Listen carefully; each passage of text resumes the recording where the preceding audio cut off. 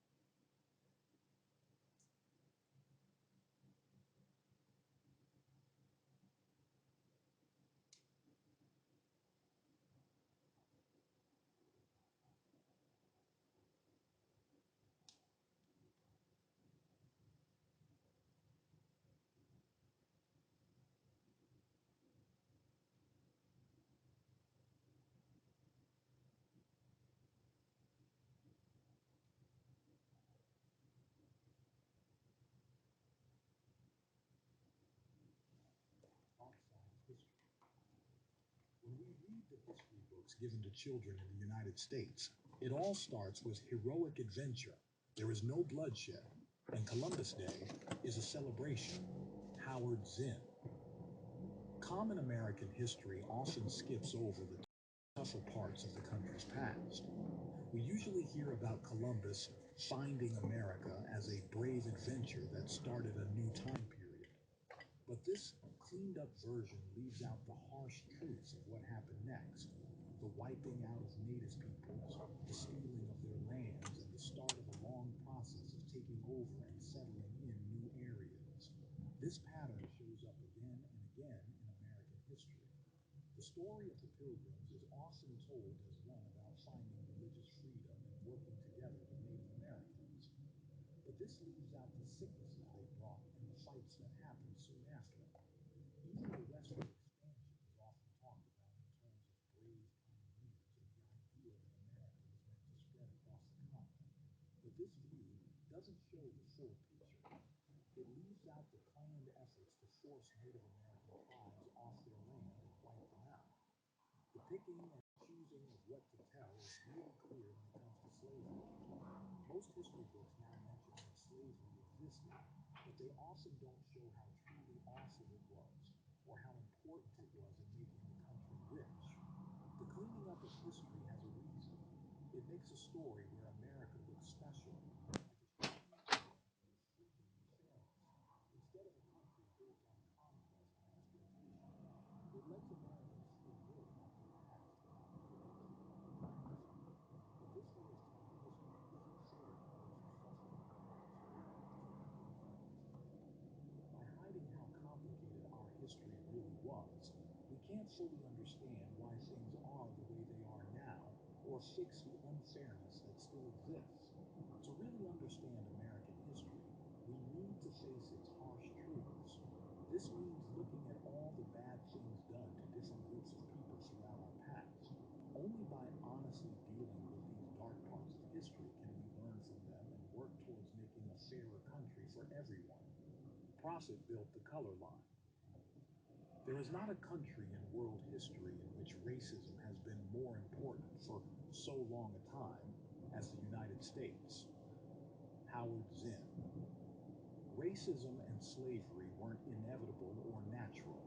They were deliberately constructed and maintained to serve specific economic interests and as a means of social control. When the first Africans arrived in Virginia in 1619, they were already slaves, but their status was similar to that of white indentured servants.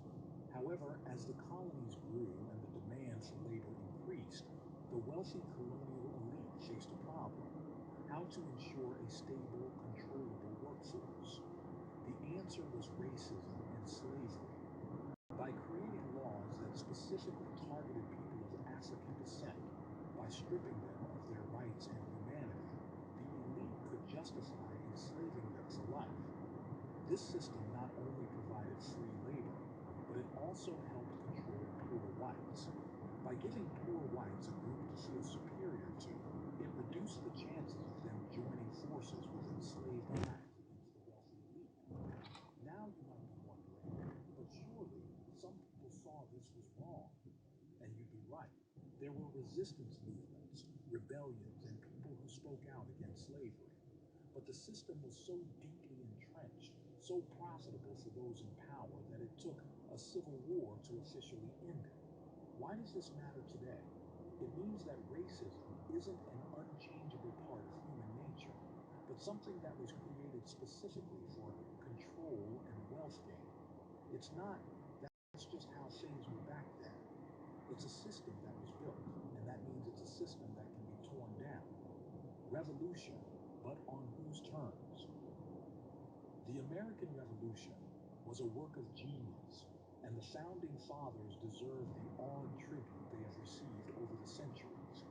They created the most effective system of national control devised in modern times. Howard Zinn. There's a crucial yet often overlooked aspect of American history: the constant presence of class conflict and labor struggles. While our history books often focus on political events, wars, and the actions of great leaders, the was a whole other story.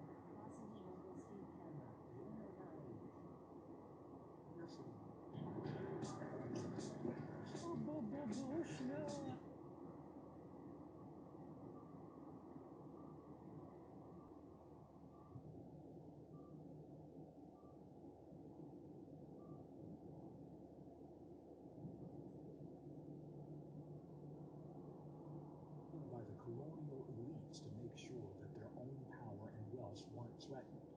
By focusing everyone's attention on the tyranny of Britain, the colonial leaders were able to channel all that revolutionary energy in a direction that wouldn't threaten their own positions. They did it because another kind of revolution was brewing within the colonies themselves. The poor were rising up against the rich, the workers against their bosses. There were events like Bacon's Rebellion in 1676, where poor whites and black slaves joined forces against the colonial elite, or the New York tenant uprisings in the 1750s and 1760s, where farmers rebelled against wealthy landlords. The Founding Fathers set up a system of government that gave the appearance of democracy, while still keeping power firmly in the hands of the wealthy elite.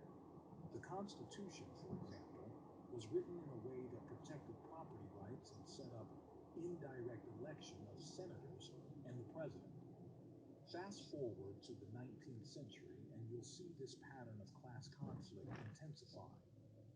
The rapid industrialization after the Civil War led to some people becoming incredibly wealthy, while most workers faced long hours, low pay, and dangerous conditions. But the workers didn't take this lying down. There were massive strikes and labor uprisings like the Great Railroad Strike of 1877 and the Haymarket Affair in 1886. And they weren't just about money. They were about dignity, about having a say in one's own life, about challenging a system that seemed rigged in favor of the wealthy. This conflict continued well into the 20th century and beyond. For instance, in the 1980s, President Ronald Reagan implemented significant tax cuts that disproportionately benefited the wealthy. This approach widened the wealth gap and reignited debates about economic fairness. Understanding this history of class conflict is crucial for making sense of our present. The issues that drove these struggles, inequality, corporate power, the rights of workers, are still very much with us today. By recognizing the limitations built into the original design of our nation, we can work to make our democracy more inclusive, more representative, and more equitable. And that's a revolutionary idea worth pursuing. Change changed, not broken. It was only a matter of time before blacks would be reduced once again to conditions not far from slavery. Howard Zinn. The Civil War did end slavery, and that was a monumental achievement. But it didn't bring true freedom and equality for African Americans. What happened? As soon as the dust settled from the Civil War, Southern states started passing laws known as black codes. These laws were designed to keep African Americans in a state of near slavery. They couldn't vote, couldn't serve on juries, couldn't travel freely, and were often forced into exploitative labor contracts. Then came the era of Jim Crow laws and segregation. This system of racial apartheid kept African Americans as second-class citizens for nearly a century after emancipation. Separate and very much unequal schools, neighborhoods, public facilities. The list goes on and on. And this wasn't a Southern thing. Northern states had their own forms of segregation and discrimination. But what about the 13th, 14th, and 15th Amendments? Didn't they guarantee freedom and equal rights for African Americans? Yes and no. These amendments were a huge deal, but they weren't properly enforced. Take the 13th Amendment. It abolished slavery, except as punishment for a crime. Because of this, Southern states started arresting African Americans for minor offenses and then leasing them out as convict labor. It was slavery by another name, or consider voting rights. The 15th Amendment said you couldn't deny someone the right to vote based on race. Southern states came up with ways to keep African Americans from voting without explicitly mentioning race, things like literacy tests and poll taxes. It was like playing a rigged game where the rules kept changing to make sure you couldn't win. Why does all this matter today? When we talk about things like the racial wealth gap, disparities in education and healthcare, or issues of police brutality and mass incarceration, we're not just talking about current problems. We're talking about the long-term consequences of control and discrimination. So if you hear someone say, slavery ended 150 years ago, why are we still talking about it?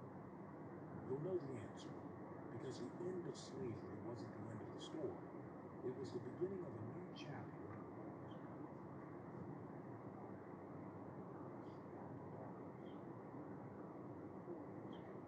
Self-evident that all men are created equal, that they are endowed by their Creator with certain unalienable rights, that among these are life, liberty, and the pursuit of happiness, Declaration of Independence. All this talk about equality and unalienable rights didn't extend to everyone, particularly not to women. Imagine throwing a party and telling half the guests they're not allowed to join in the fun. That's basically what happened with the American Revolution and women's rights. Despite the rhetoric about liberty and equality, women's lives didn't change much after the revolution. They still couldn't vote, couldn't own property if they were married, and had very limited educational and professional opportunities.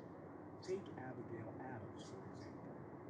In 1776, she wrote to her husband, John Adams, the future second president of the United States, urging him to remember the ladies when fighting for independence. She warned that if women's rights weren't considered, they might start a rebellion of their own.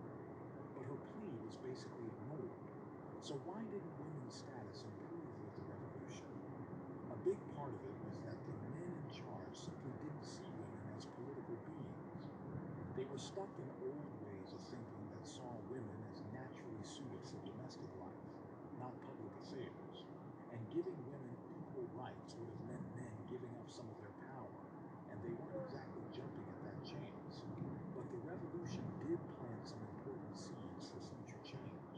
All that talk about natural rights and equality, women were listening, and they started to apply those ideas to their own situation. The revolution didn't liberate women, but it did give them a new language to argue for their rights. Look a bit into the future, and you see women like Elizabeth Cady Stanton and Lucretia Mott organizing the Seneca Falls Convention in 1848, which kicked off the women's suffrage movement. They explicitly used the language of the Declaration of Independence, pointing out the hypocrisy of denying women the rights that document proclaimed for all. The struggle for women's equality didn't end with getting the right to vote in 1920, and it's not over today. But understanding this history helps us see current battles for women's rights as part of a long, ongoing struggle. The wage gap, debates over reproductive rights, discussions about women in politics. These aren't new issues, but something that goes all the way back to the founding of the nation. America's native betrayal. One of the most heartbreaking and shameful chapters in American history is the treatment of Native American tribes. The U.S. government made treaty after treaty with Native American tribes, promising to respect their lands and rights. As long as grass grows or water runs, this phrase, often used in treaties with Native Americans, promised that their rights would be respected forever. However, time after time, these treaties and promises were broken. There's the story of the Cherokee. In the 1830s, they were forcibly removed from their ancestral lands in the southeast and made to march thousands of miles to what is now Oklahoma. This journey, known as the Trail of Tears, resulted in the deaths of thousands of Cherokee. The Cherokee had actually won a Supreme Court case saying they couldn't be forced to move, but President Andrew Jackson ignored the court's decision. This pattern repeated repeated itself across the country. The government would make a treaty promising Native Americans could keep their land. Then, as soon as white settlers wanted that land, the government would find a way to break the treaty. Sometimes they claimed the Native Americans had violated some term of the agreement. Other times, they'd simply ignore the treaty altogether. Why did this keep happening? There was the hunger for land. As the U.S. population grew, there was a demand for new territory. There was also a belief in manifest destiny, the idea that it was America's God-given right to expand across the continent. And behind it all was a deep-rooted racism that saw Native Americans as savages who needed to be civilized or removed. The effects of this history are still very much with us today. Many Native American communities still struggle with poverty, health issues, and lack of economic opportunities, direct results of being forced from their lands and having their traditional ways of life disrupted. This part of history helps explain why there's often deep distrust of the government among Native Americans. It provides context for ongoing legal battles over land rights and treaty obligations, and it challenges us to think critically about concepts like progress and civilization. Whose progress are we talking about, and at what cost? Empire built on lies. The taste of empire was on the lips of politicians and business interests throughout the country. Howard Zinn. The United States had prided itself on being different from the old European powers, rejecting colonialism and championing the rights of nations to self-determination. At the same time, it quickly turned into just another empire. How does that happen? First, there was the Spanish-American War. It started to liberate Cuba from Spanish colonial rule. But once the dust settled, the U.S. found itself in possession of not just Cuba, but also Puerto Rico, Guam, and the Philippines. The case of the Philippines is particularly telling. After liberating the islands from Spain, the U.S. refused to grant independence to the Filipinos, leading to a brutal war that lasted years and resulted in hundreds of thousands of Filipino deaths. This contradiction between America's professed values and its actions didn't go unnoticed. Anti-imperialists at home, including the likes of Mark Twain, pointed out the hypocrisy. They argued that a nation born in revolution against empire was now becoming an empire itself. Why did the U.S. take this imperial turn? There were a few factors at play. Economic interests were a big one. New territories meant new markets and resources. In 1945, a State Department officer didn't mince words when he said that petroleum has historically played a larger part in the external relations of the United States than any other commodity. There was also a belief in the civilizing mission of the United States, the idea that it was America's duty to spread its values and institutions to less developed parts of the world. And let's not forget national pride. Being a world power was seen as a sign of national greatness. This turn towards imperialism had long-lasting consequences, both for the U.S. and for the world. It marked the beginning of America's role as a global superpower, a role that continues to shape international relations today. Similar patterns emerged in later conflicts like Vietnam and Iraq, where American intervention often contradicted stated ideals, further complicating the nation's global image and influence. So, when you hear about American exceptionalism or the U.S. as a champion of democracy worldwide, remember the Spanish-American War.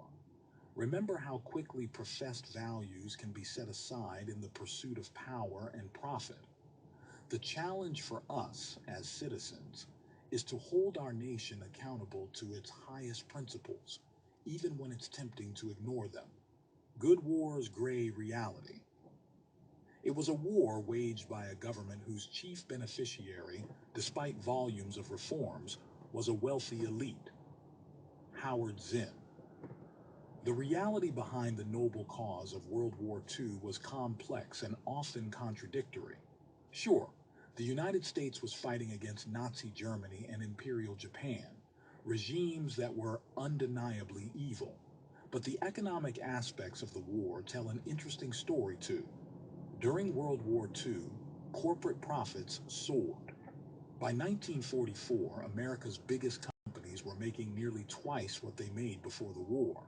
And while workers did see some wage increases, they weren't anywhere near proportional to these corporate gains. In fact, many workers were so frustrated with frozen wages that they went on strike, even during wartime. Another aspect is the atomic bombings of Hiroshima and Nagasaki. The official story was that these bombings were necessary to end the war quickly and save American lives. But documents released later showed that Japan was already close to surrender, and many military leaders at the time thought the bombings were unnecessary. Some historians suggest that the real reason was to show military might to the Soviet Union, using hundreds of thousands of civilian lives as a message in what would become the Cold War. The lasting impact of this People's War was the creation of what President Eisenhower called the military-industrial complex, which is still very much active. The massive wartime spending had taught government and business leaders that war could be incredibly profitable and could help control social unrest at home. After all, it's harder for people to protest about domestic problems when they're focused on foreign threats. Wars are rarely as simple as good guys versus bad guys. This helps us be more critical and thoughtful about how we look at conflicts today. Next time you hear about a war being fought for noble causes, remember to ask, who's really benefiting? What's happening on the home front? And most importantly, what's not being told in the official story? Freedom dies in crisis. The Espionage Act was used to imprison Americans who spoke or wrote against the war. Howard Zinn. When a country goes to war, the government often says, "We need more control to keep everyone safe." Sounds reasonable, right? But here's the catch. Sometimes they take it too far, and before you know it, they're stepping on our civil liberties. Let's look at some examples. During World War I, the government passed the Espionage Act. While its name might suggest a focus on catching spies, the reality was quite different. The government actually used this legislation to arrest individuals who voiced opposition to the war. This demonstrates how laws created for one purpose can be applied in ways that restrict civil liberties and suppress dissent. Jump to World War II, and we see something even more extreme. The government decided to put Japanese Americans in internment camps. They did it because they were worried about spies and saboteurs. But instead of dealing with actual bad guys, they locked up thousands of innocent people just because of their heritage. Now you might be thinking, but that was a long time ago. Surely things are different now. Let's talk about more recent events. After 9/11, the government passed the Patriot Act. It gave them a lot more power to spy on citizens in the name of fighting terrorism. It's like if your parents decided to read all your texts and emails because they're worried about your safety. Why should we care? These expansions of power often stick around long after the crisis is over. Before you know it, what was supposed to be temporary becomes the new normal. Next time there's a big crisis or conflict, pay attention to how the government responds. Are they asking for new powers? Are they limiting certain freedoms? Ask yourself, is this really necessary? Is it fair? It's not always easy to spot, but being aware is the first step to protecting our rights. Remember, it's okay to support your country and still question the government's actions. By staying informed and speaking up when we see potential abuses of power, we help keep the balance between security and liberty. After all, isn't that what freedom is all about? When all you give is bombs. It should have been obvious to Bush and his advisors that terrorism could not be defeated by force. The British had reacted to terrorist acts by the Irish Republican Army with military action again and again, only to face even more terrorism. Howard Zinn. After the devastating attacks of September 11, 2001, America's response was swift and predictable: military action. President Bush declared a war on terrorism and started bombing Afghanistan. But can you really solve a complex problem like terrorism with bombs? The human cost of this war was huge. The Pentagon claimed they were only hitting military targets, but between 1,000 and 4,000 Afghan civilians were killed by American bombs. Here's a heartbreaking example from the text. A 10-year-old boy named Noor Muhammad lost his eyes and hands in a bombing. A hospital director asked poignantly, "The United States must be thinking he is Osama. If he is not Osama, then why would they do this?" The root causes of terrorism against the United States were ignored. Anti-American sentiment grew largely because U.S. troops were stationed in Saudi Arabia near Muslim holy sites. American-backed sanctions against Iraq were harming innocent civilians, and the U.S. supported Israel's occupation of Palestinian lands. Rather than addressing these underlying concerns, the response was to use more military force, which only made things worse, like trying to put out a fire with gasoline. A different path could have been taken. Just a small portion of the American military budget, if used for treating tuberculosis worldwide, could save millions of lives. Imagine that. The United States could be a humanitarian superpower instead of just a military one.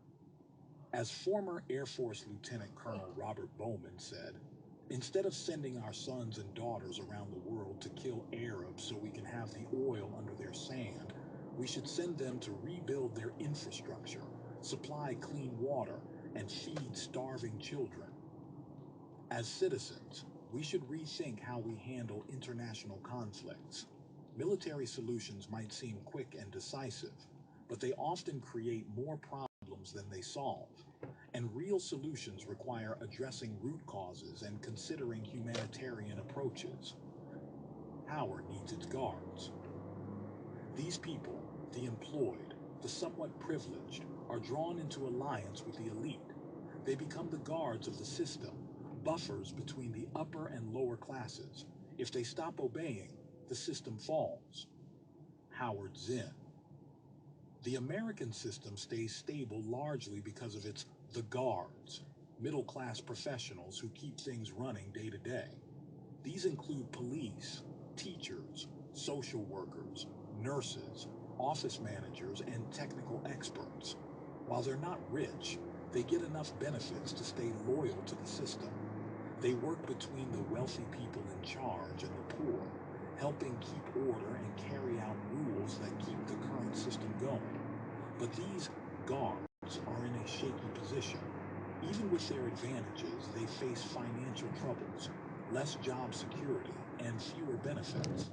The system they support often treats them as replaceable, just like the people below them. We see this when schools cut teacher budgets, when healthcare workers deal with profit-focused hospitals, and when government workers face job cuts. Things might change as these guards realize where they really stand. As the gap between rich and poor grows, and as business and government decisions hurt their lives too, these professionals might start questioning why they support a system that doesn't help them. The guards might then stop supporting it, not through violence, but by choosing not to participate in unfair practices. We can see this happening now when professionals challenge their roles. Teachers strike for both better pay and wider social changes. Healthcare workers push for public healthcare despite working in private hospitals, and government workers expose wrongdoing they see. These show how guards can switch from supporting the system to trying to change it. This possible change is very important. The system needs these professionals to stay stable. They have special power because they know how things work from the inside and deal directly with people the system hurts. If they stop supporting the system and start working for fairness instead, they could create real change, not through revolution, but by stepping back from their role in keeping the current system going. behind media's Iron Curtain. The United States government went to great lengths to control the flow of information from Afghanistan. It bombed the building housing the largest television station in the Middle East, Al Jazeera, Howard Zinn. Why do some stories make headlines while others disappear? The answer lies in how corporate media strictly controls and shapes the flow of information, limiting what we learn about what's really happening.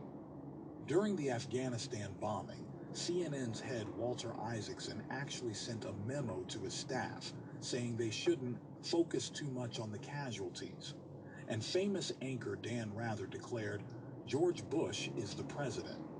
Wherever he wants me to line up, just tell me where." While corporate media continues pushing blind patriotism, voices of opposition get silenced. When a gathering of 500,000 people showed up in Washington for a Stand for Children event, the major TV networks and newspapers barely covered it. It's like the old saying, if a tree falls in the forest and no one reports it, did it make a sound? After the 1996 Telecommunications Act, media control got even tighter.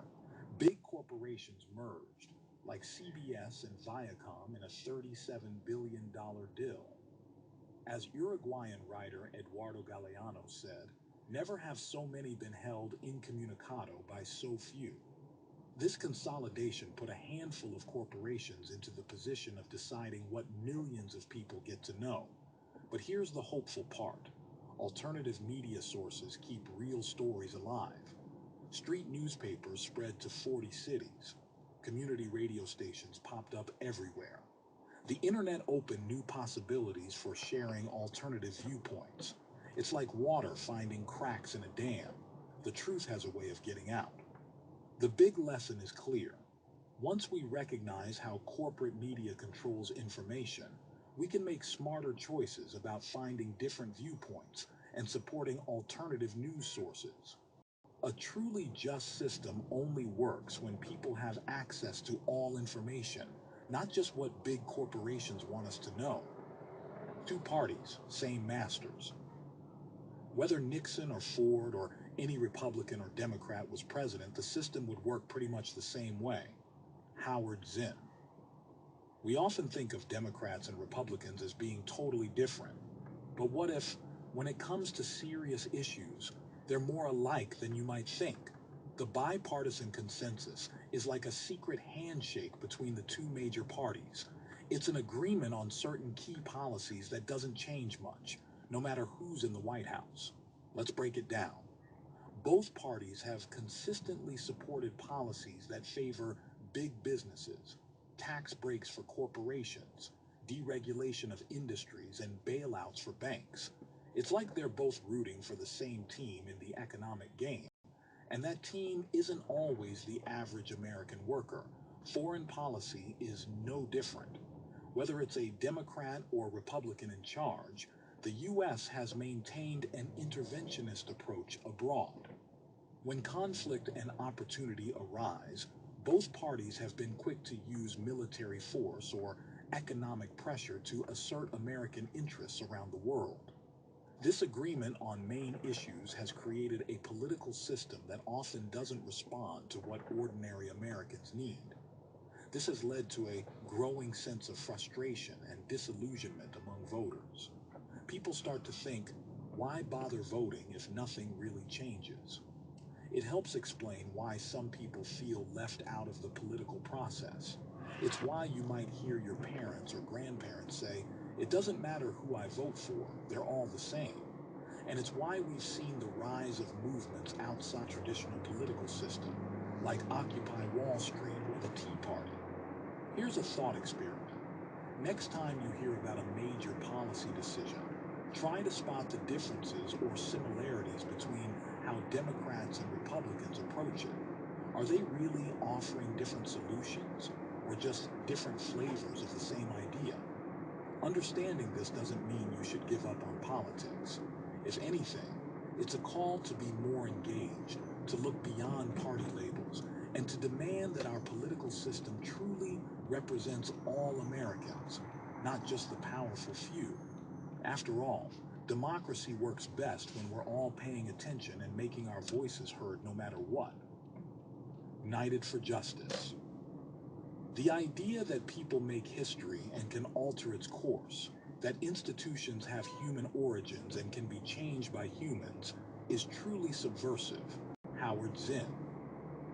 The ongoing fight for fairness and equal rights has been a key part of America's story, from early worker movements to the civil rights push and beyond. This struggle has often faced strong opposition from those in power, but it has also shown how people working together can make real changes happen. There are many examples of this struggle throughout history.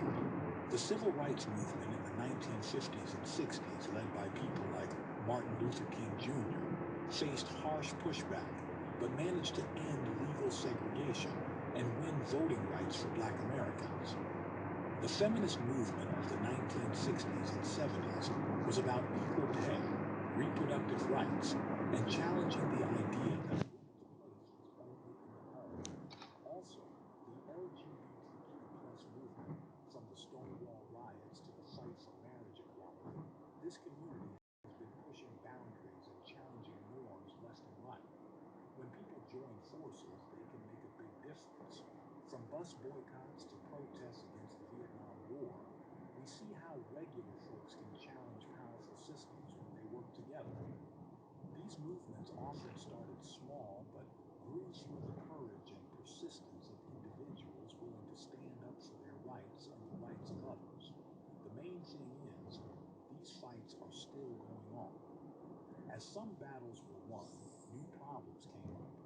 For instance, even after civil rights victories, Black Americans still faced economic unfairness. The push for environmental protection in the 1970s was opposed by big companies.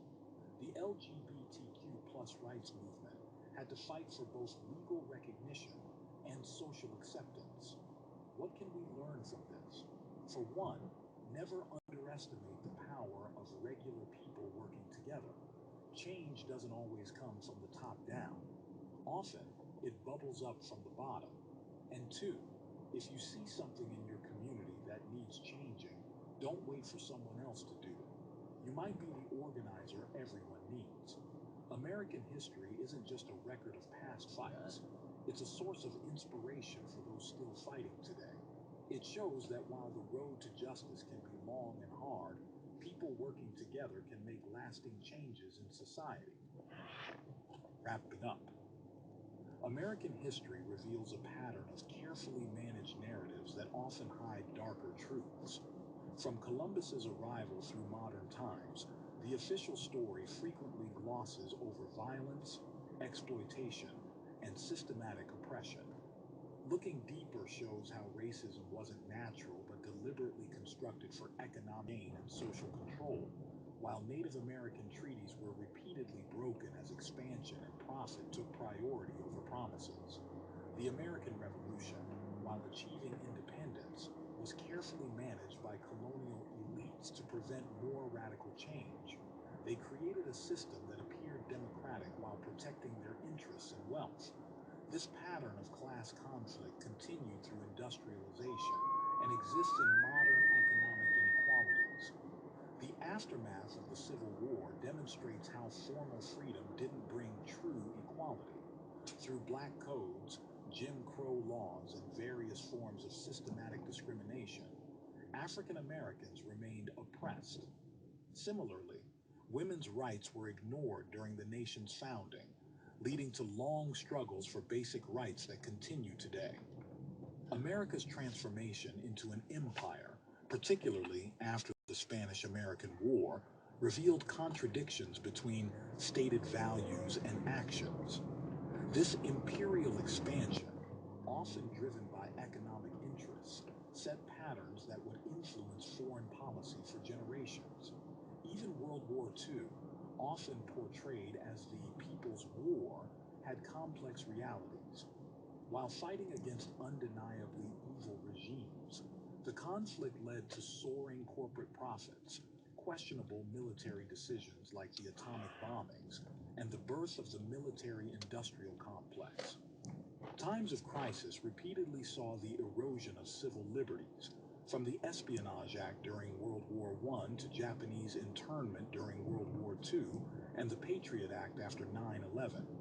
The response to terrorism often relied on military force while ignoring root causes, creating cycles of violence and resentment.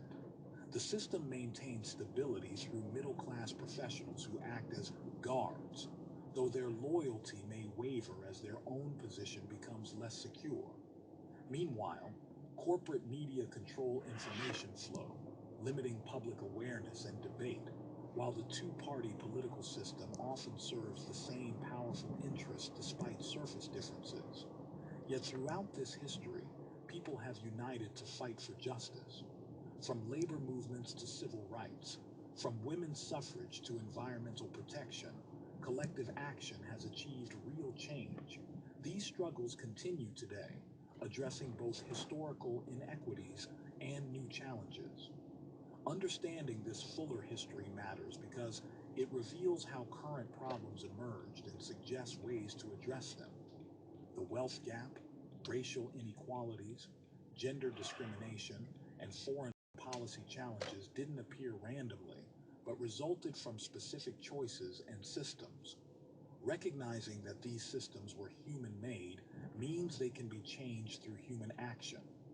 Every significant improvement in American society came from people working together to demand better.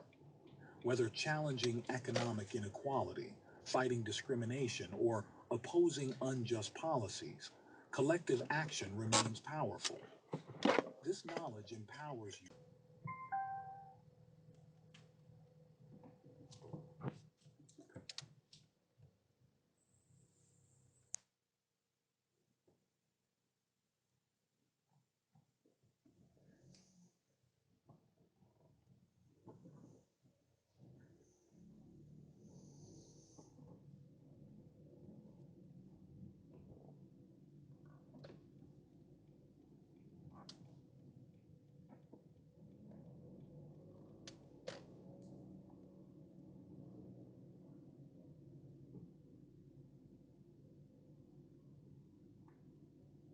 Bluetooth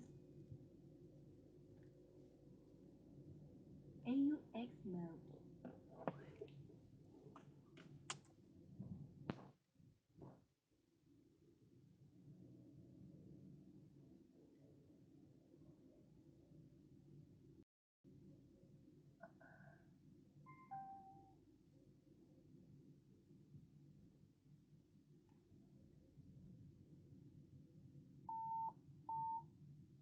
AUX mode.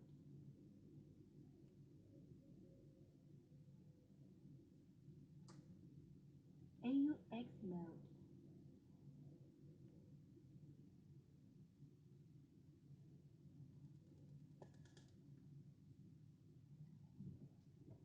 AUX mode.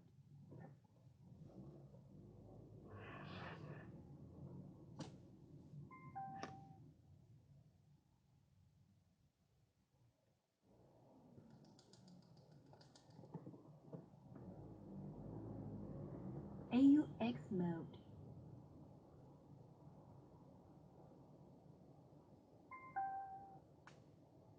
Bluetooth mode.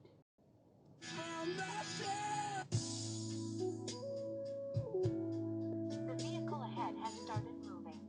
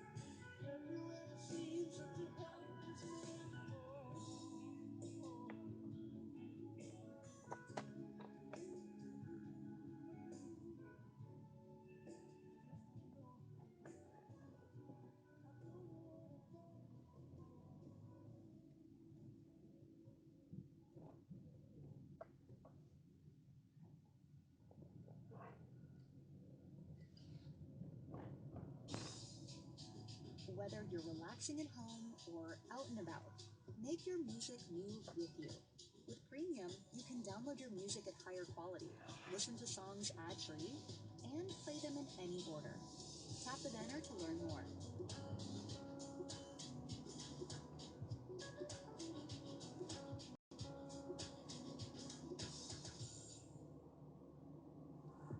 Spotify Premium is the best way to upgrade your listening experience.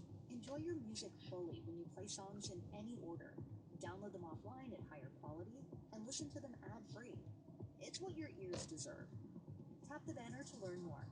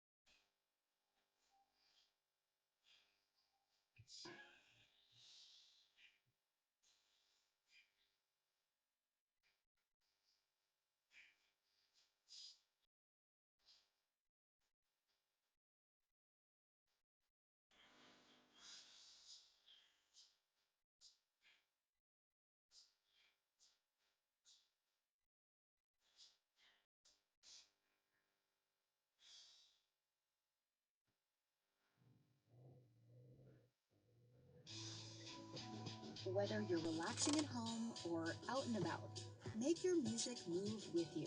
With Premium, you can download your music at higher quality, listen to songs ad-free, and play them in any order. Tap the banner to learn more.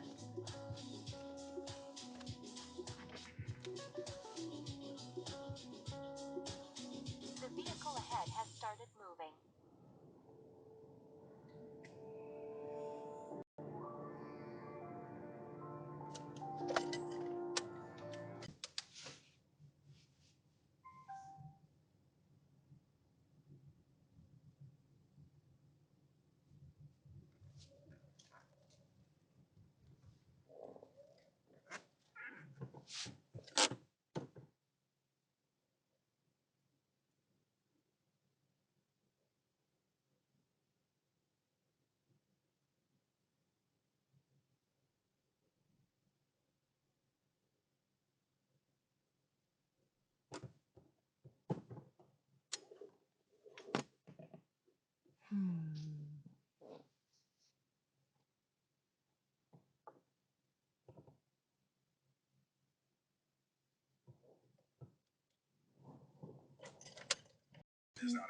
Tapos na ako, hindi ko na yun, ano yung sa baba.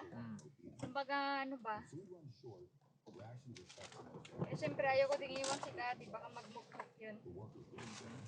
Tapos si Leia busy. Wala kasi kami usapan ni Leia na magpalitan ba? Bakit nagpalit kayo ba? Nagpalit kami kahapon. Bali yung araw na masisirado siya, ako masisirado.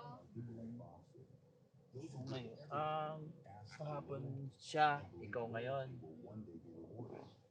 Hindi, ang araw ko talaga, Saturday, Sunday, Monday. Tapos, nasa racer ako, saan tayo ga? Hindi pa tayo pwede umalis.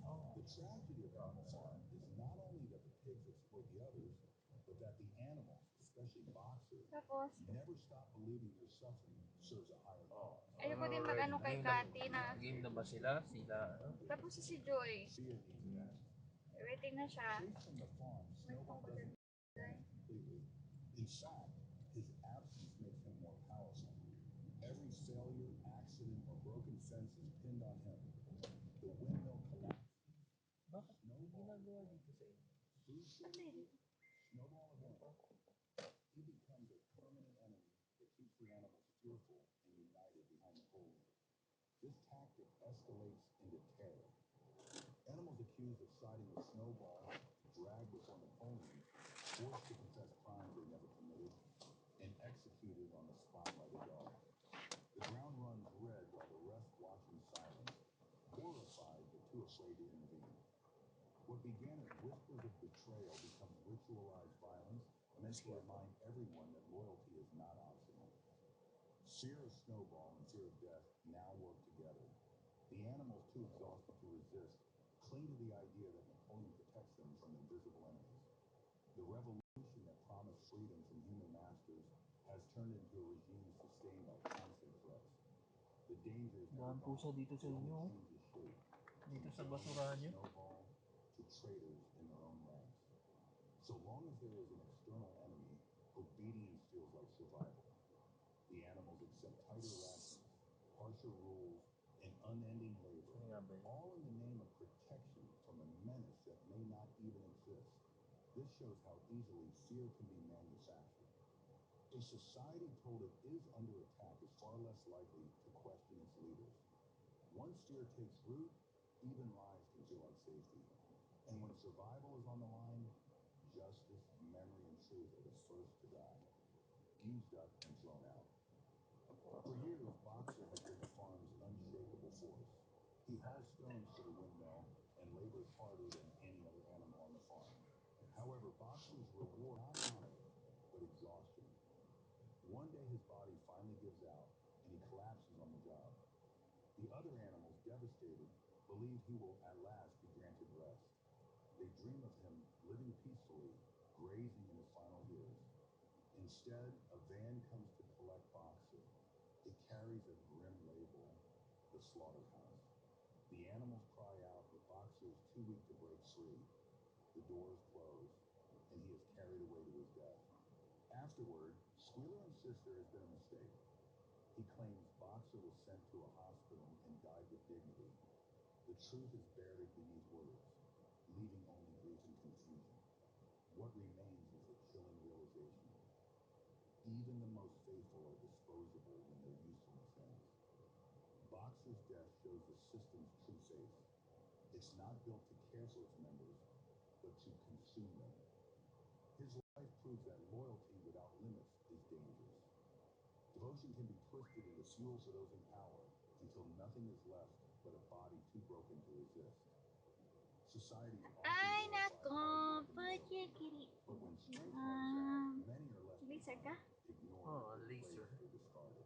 Laser. Boxer's fate is not only his, Paano it's the fate kanina? of anyone who gives everything pa, to di a ba? system that was never designed Kailan? for that.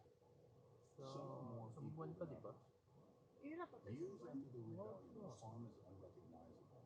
The windmill stands, Saan but it yun? produces Malayo wealth dito for ka? the pigs, not comfort for the Recently. workers.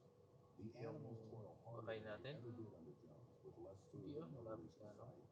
And Sa yet, inyo. they are told life has Malapit. improved. One day the pigs emerge walking on two legs. The animals watch in shock as the creatures who once vowed to destroy human habits now mimic them perfectly. Carrying whips, trading with men, Sino walang dadaanan natin?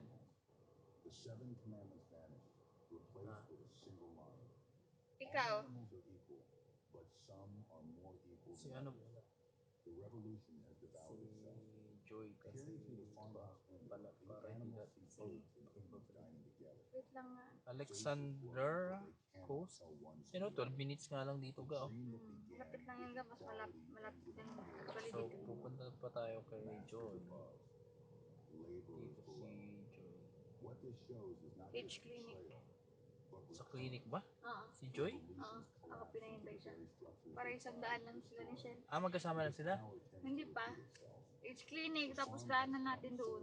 Hindi, una yung bahay niya. Doon sa bahay niya. Hindi sa bahay niya. Ah, hindi sa bahay niya. Tawagan ko nga.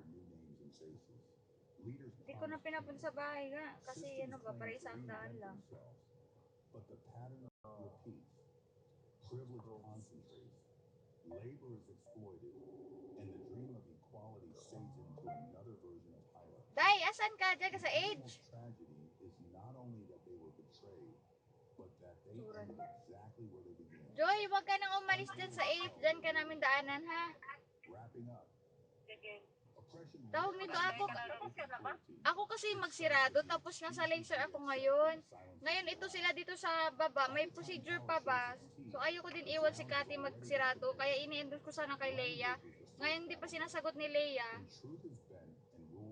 Pasok lang ako saglit. Pasok lang ako saglit. Ay, hindi ko talaga nakikita yung website. Hindi ko alam kung saan ko siya nalagay. Sige na. Sabihan mo na lang na ano, kung hindi ko talaga makikita sa Thursday. Hindi, sabihin ko na lang na nauwi mo na. Madala ko sa Pinas. Ha? Nauwi mo na sa Pinas. Sige na. Oo. Sige na, gutom na rin ako. Bye! Ako din. Jade. Bye. Age clinic, tapos si Shell, ha? Oo, okay, bye. Okay. Sinong mag-wig? Ha? Sino mag-wig? Si Leia. Kasi ka, may meeting pa kasi. Naiinis ako. Ah, nag-meeting pa doon pero wala Hindi, naman hindi may meeting ka. Why procedure pa? May meeting pa. Anong gagawin natin? Mag-Uber na lang kaya ako. Hintayin ko na lang to. Tapos diretso na kayo doon sa Alexandria. Pwede ba yun? Hindi. Bakit? Pag-ubiri mo na lang sila. Sige. Ako magbabayad ng Uber nila. Nga rin. Oh my God. Gantay na lang natin sila. Ito, matagal ba to? Kasi ano tawag nito ga? Magluluto pa doon ba? Ha?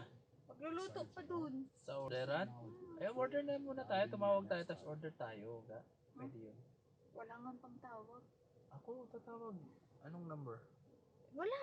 Walang number. May number yun doon. Teka, hanapin ko yung pupuntahan natin. Alexandria ba yan?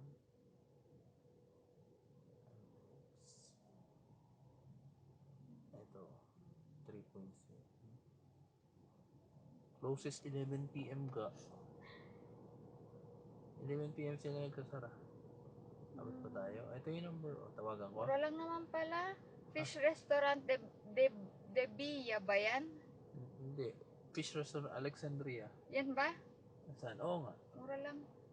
Tawagan ko muna si Ay. sila dyan. Pinag-Uber ko na. Ano kasi ga? 11 o'clock ang sarado nitong restaurant. Okay lang nga. Papuntahin ko na sila doon. Basta mag-order na sila. Sige. Ano tawag nito? Maghintay ako tapos pang-Uber na kayo. Mauna na kayo doon para mag-order.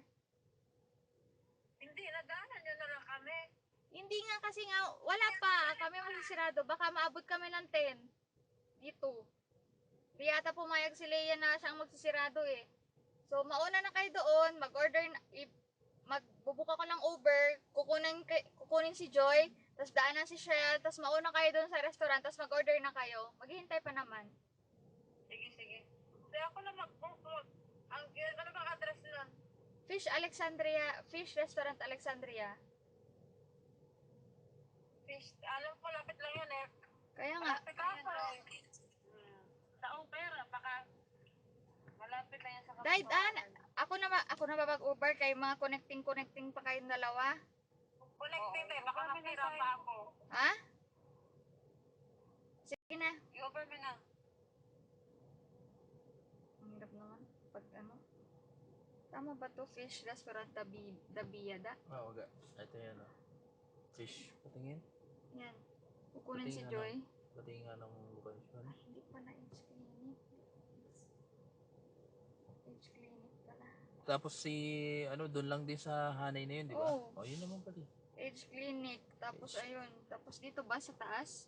Pataas ito ba? Oo, pag ganun. Ito na. Tama yan. Ga. Madali lang to sila. 15 lang nga. Sus. Kadali. Ano, kung may kukuha. Share.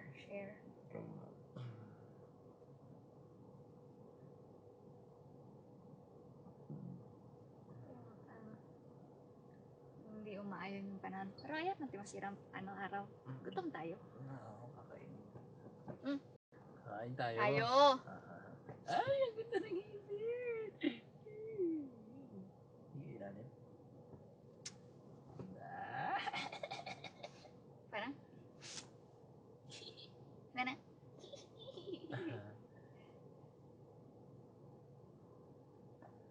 Diba nag-iba yung smile ko?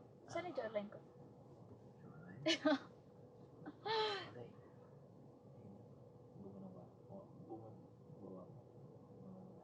At lagi ka nakagano. Paano ba? Aray ko. Lagi ka nagagano, nag-exercise. Ayun. 5 minutes. Bigyan natin. Enjoy. Dali lang yan. Ayaw ko masirang araw. Gutom ako. Exercise.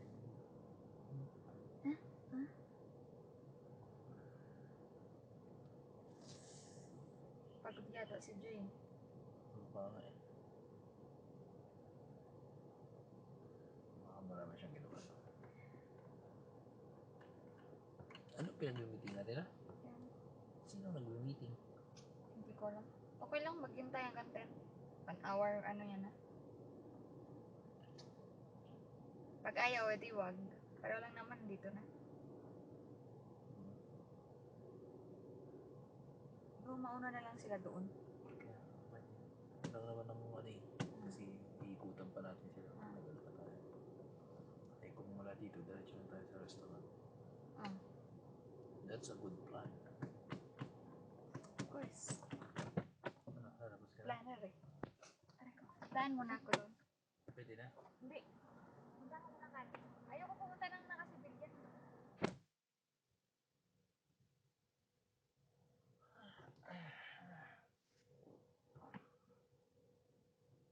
Animal Farm by George Orwell. Come full circle. Only now the chains are harder to see. History often recycles oppression under new names and faces. Leaders promise change. Systems claim to reinvent themselves. But the pattern repeats. Privilege concentrates. Labor is exploited. And the dream of equality fades into another version of hierarchy.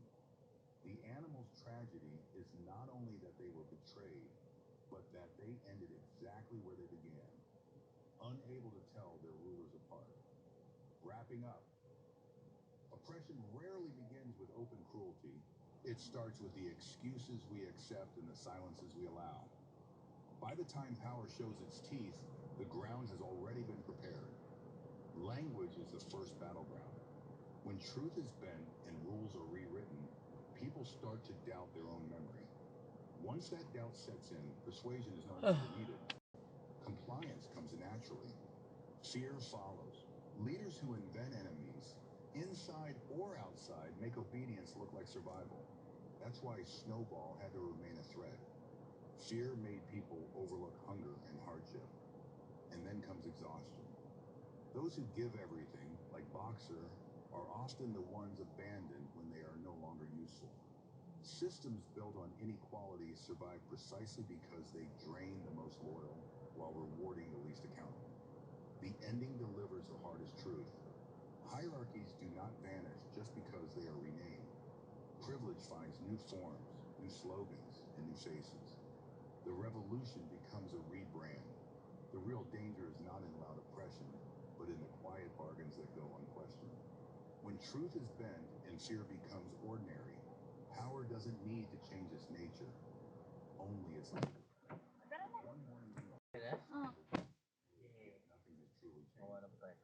We hope you enjoyed this read. If it made Sabi niya, bakit daw nandito pa daw ako. Sabi ko, kasi wala kayo nag-reply. Hindi mo sabi. Wala kayo lang, sabi niya, ate, ako na magsisirado sa Thursday ka lang. Sabi ko, dapat sinabi mo kanina pa. Kasi kanina pa ako nag-iintay ng reply mo. Sino? Si Leia? Ay lang. Hindi ko maunod. Hello guys. Pero naman, basta wala kayong bayad, okay na yan. Kasi ano, Ha? ayun, yun naman ang ano nila eh. Alin? Walang bayad. Ayun. Na-pick up na?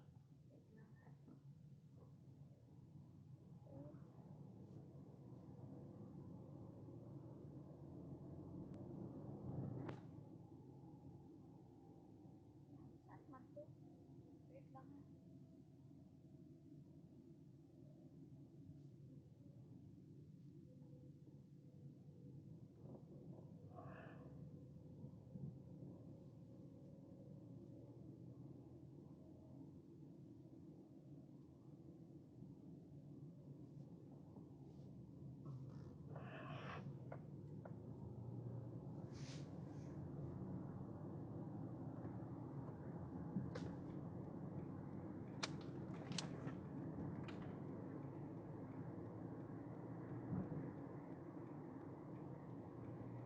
Yan, ano ba na eh?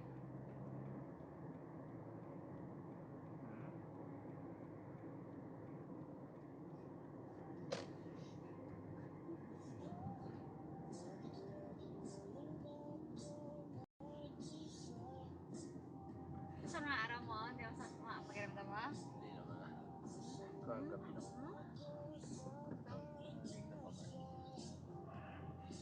Isa ba sagot mo, Joy? Yan po ba? Kumain na ba? Day, nandyan na, Day. Nandyan na yung pin. Binigay ko na 1511. Maalagman, Day. Nandyan na? Nakita mo yung plate number? Sinend ko sa'yo yung plate number. Ayun o. 2593.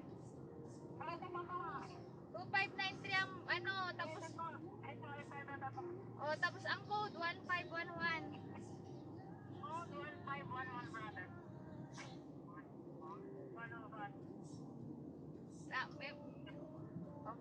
Okay na nakuha na kayo, nalaman ko na. Sige na, kunin mo na si Shelf, baka ano, maya-maya, maalis na rin kami. Paunahan na lang. Okay, bye. Bye, see you.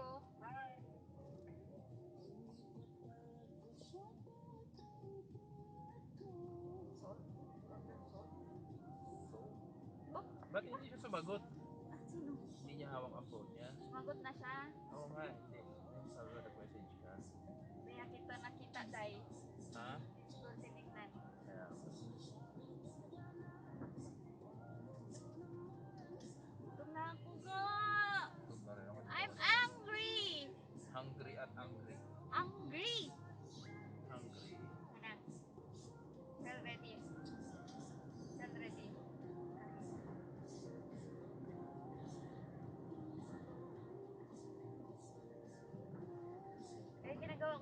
eh, pag ano, pag...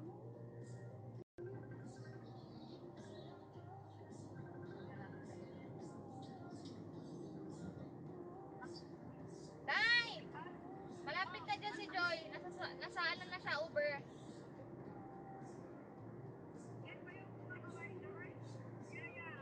Bye! Pag may mga ano pala, mga lakad-lakad, may nakapit yung dalawang. Hindi lang talaga magkalapit sa... Alam mo ba, lilipat na si Shell ng clinic? Ano naman? Sinabi mo na eh. Pero hindi ko alam. Bilang clinic. Mila? Alam mo yun? Ang dami ng clinic dito. Malakas ang ano dito. Clinic na pampaganda. Ewan ko ba? Sabihin, lalayo lang siya diyan. Hindi, malapit lang siya. 13 minutes away from sa akin. Di yung pagitan natin. Parang dito lang sa banda. Ayan. Hindi okay lang dito lang. Akala ko mga... Yung mga exit, ano? Oo, Si 14. Wala na. Goodbye, Shell. Hindi na yan ma-Uber, Shell. Mag-Uber ka lang mag-isa. Malapit lang pala sa kanila, guys. Hindi ka umabot ng 20. Ah, dito. Dito yung location nyo, di ba? doon ako sa kabila. 5 to eh. Feeling ko naalala ko kasi dito. Ay! Yun ang nalimutan ko soft drinks. Iniisip ko eh. Wala ko sa mood magalit. Kaya Hindi. ayoko maging pangit today. Iniisip ko nga kung ano ba yung nakalimutan ko.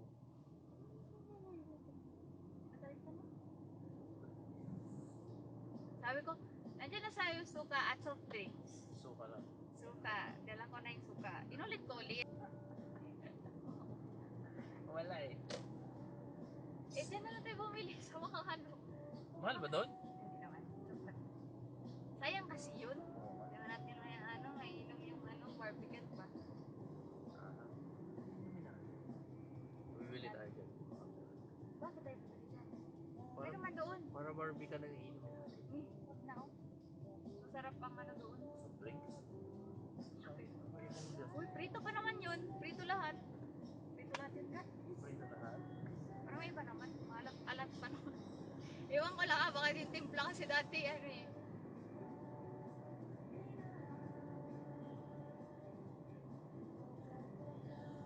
Nakikita ko naman din sila kung nasaan na sila. Nasaan na sila.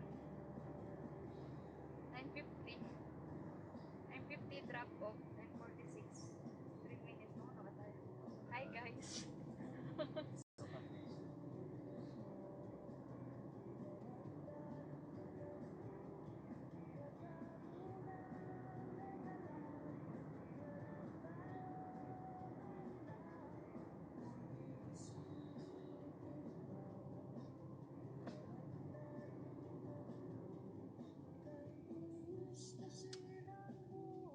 Ito na ba?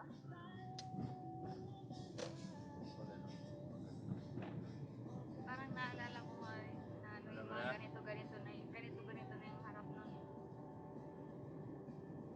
Lapit lang pala ito sa'yo ka. Oo nga, malapit lang. Kabila lang ako. Kabilang highway lang. Hindi pa naman ito makakauwi si Shell. Yung makauwi ito sa bahay. 10 na eh, 11. Sa bahay pa siya uwi. Sa bahay mo pa Bahay siya ko. uwi. Palayo pa siya, no? Ha? Hindi siya pwedeng umuwi dyan? Hindi kasi ano, sirado na nga. Eh di over.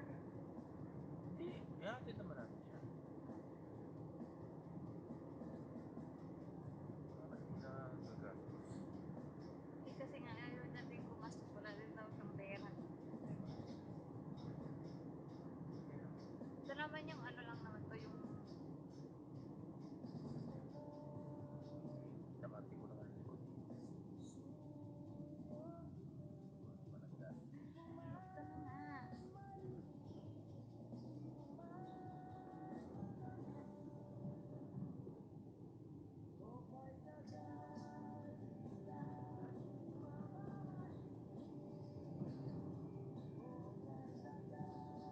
May understanding si Kati ngayon eh. Oh, sige, Kati. Understanding. Understanding din si Leia. pwede naman mag-drama si Kati eh. Pero kasi sabi, eh ano siya, eh, sabi ko, ano dahil may lakad ako na naman.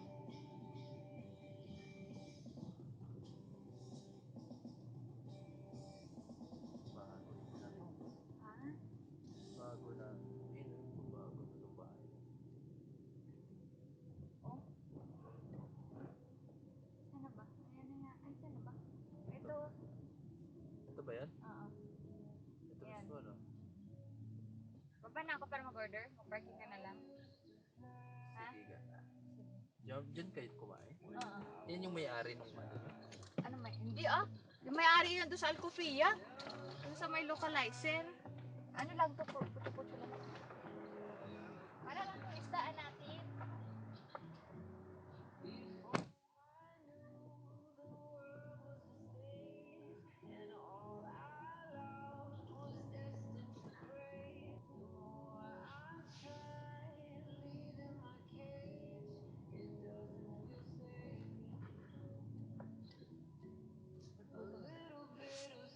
Take shower ang puta.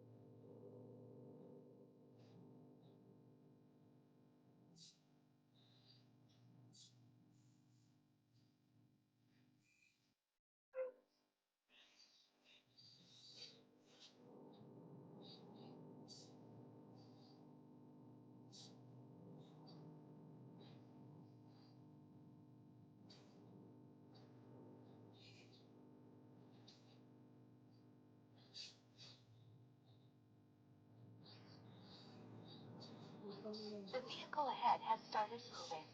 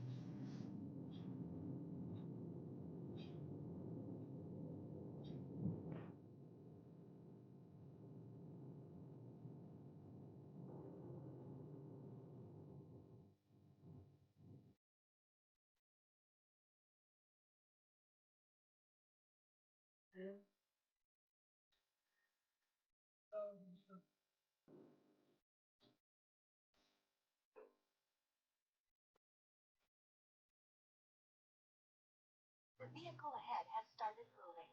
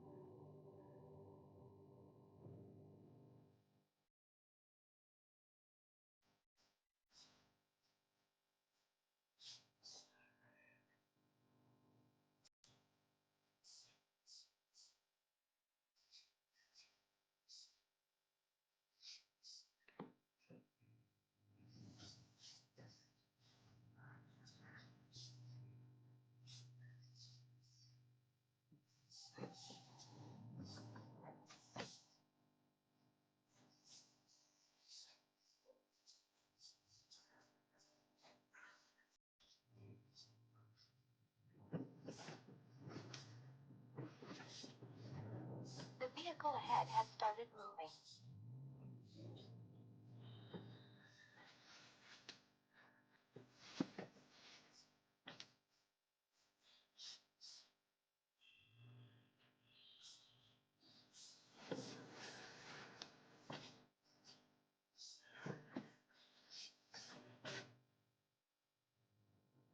The vehicle ahead has started moving.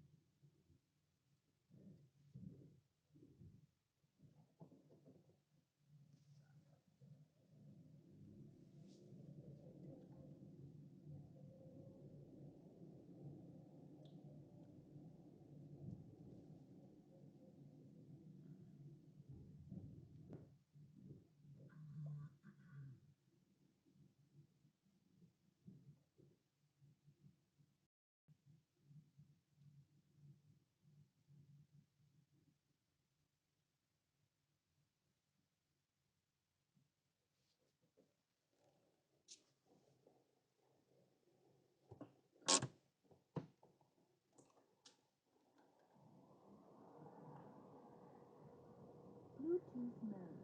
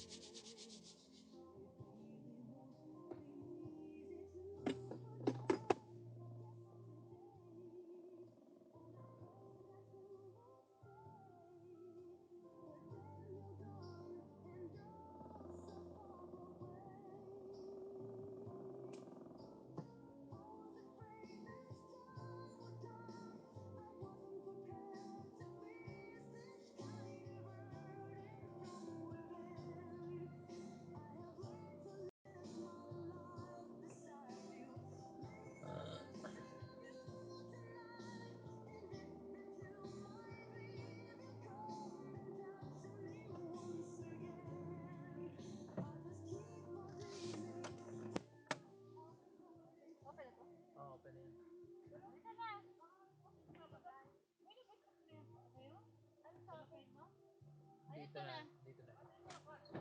Oh. Bakit doon ka? Bang kalawin?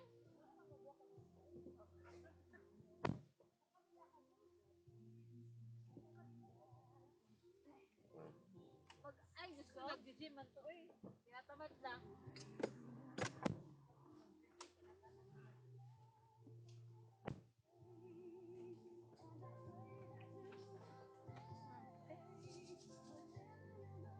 Oh. Ay, wala akong ano sa'yo. Wala akong ano, susi na. Bakit daw yung susi? Nakalimutan ko. Ay, naku. Alam ko na kasi makalimutan mo. Meron ka susi? Oo, alam ko. Di ba, papasok ka rin naman. Ikaw na lang magbukas, ikaw magsara. Okay. Alcohol to? Oo pala. Wala ka susi? May dala kang extra susi. Alam ko kasi baka hindi mo dala eh.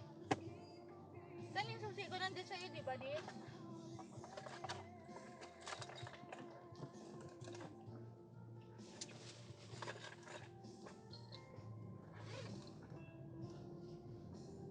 Saan yung kapehan natin dito? Wala na shell.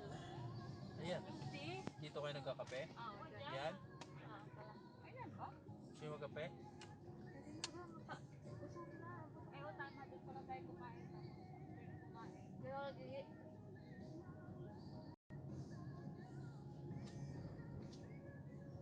Malapit na sa bahay, no?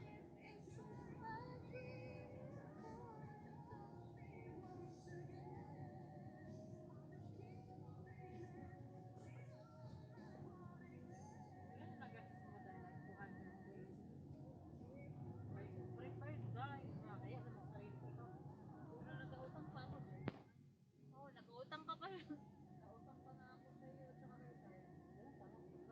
Okay lang yan. Matatapos din yan, Shell. At nakauwi ka ng Pinas. Friend lang, utang ko. Pero ayaw ko talaga mangutang sa nanay ko dahil kasi alam ko magayaw-yaw sa akin. Kaya sabi ko, hindi ako mangutang sa iyo. Alam mo, maghahabay naman ang kapatid ko. Mag-ipon ka. Uwas na, bulit naman ang pera. Grabe naman. Grabe naman kapatid ko. So, for the sa kanya, wala alam yun. Pero sa akin, oo, sakit yun. Parang hindi naman ako nakarinig. Kamusta ang anak mo, Shell? Kumain ako, umiyak siya sa Oo. Pakita ko yung video. Kawawa yung anak ko eh. Sure. Ilan taon na yung anak mo? 14. Ang laki na, no? Kasi nga, di ba, naghahanap ng aruga ng nanay. Pwede nga lang, hindi na lang mag-work. Hindi na lang sa Pinas. Pero nga, yung ngayon papawalan mong lumabas, hindi nakasagot. Pero tama naman yan. Safe din yan naman. Tinatanong yung anak mo dahil, no? Tuli na ba yun? Tuloy na yun? Tuli na yun? Guys! Tuli na? Oo, syempre, grabe ka naman. Umalis ako. Sakot ba yung anak mo? Pinatuloy ko. Ha? Ano ba yung tulog, di ba? Ano ba sabi mo? Tuli. Oo, yun pinasuot na siya, tinuli na siya. Tanggal ang anak mo, no?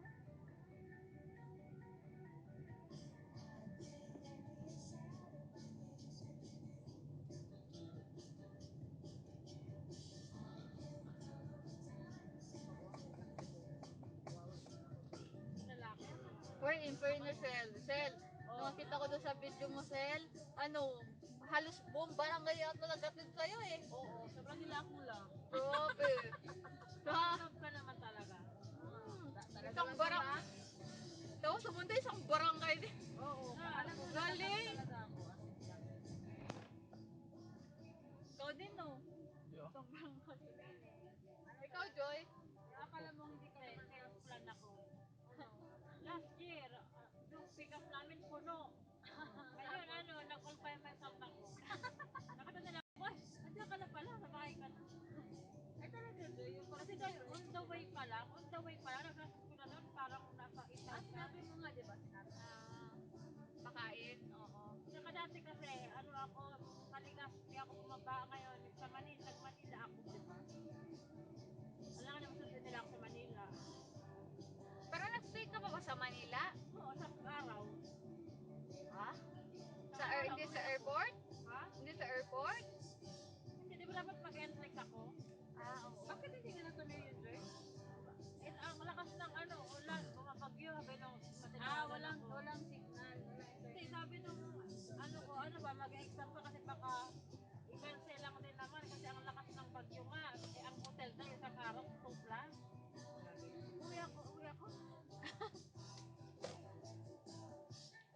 Umuwi ka na ba that time? Hindi. Ngayon, nagre-review ka ulit. Oo. Pero hindi masyado mas gym ako. Kaya pala yung grabe yung review mo that time, no?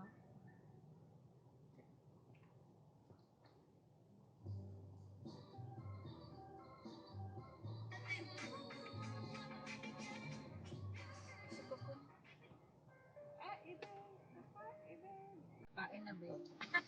Kakain na, babe. Ito yung bahay mo.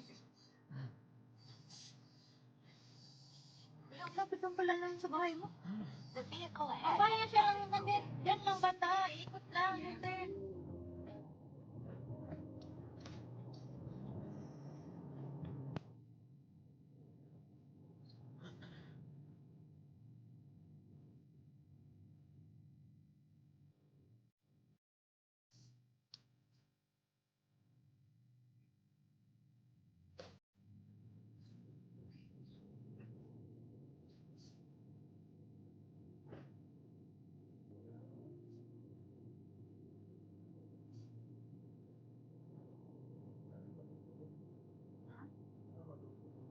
Ano?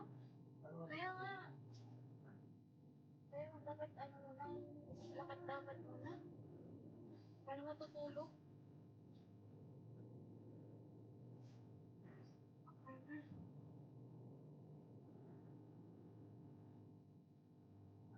Saan ang gym mo dito, Joy? Saan ang gym mo? Nakikita ba dito?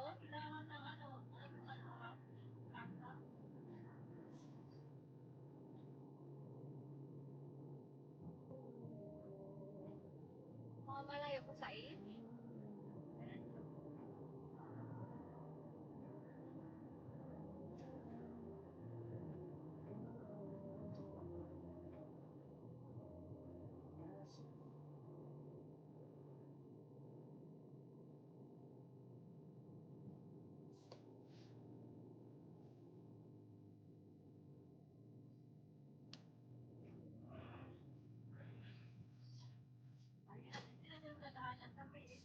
Oo, doon na tayo.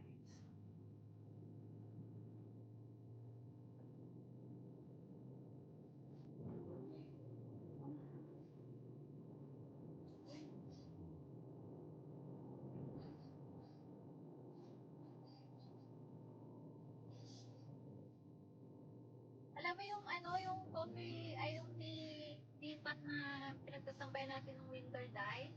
Open na. Ayan, nakita mo nga. Yung Sidra, ano, tea.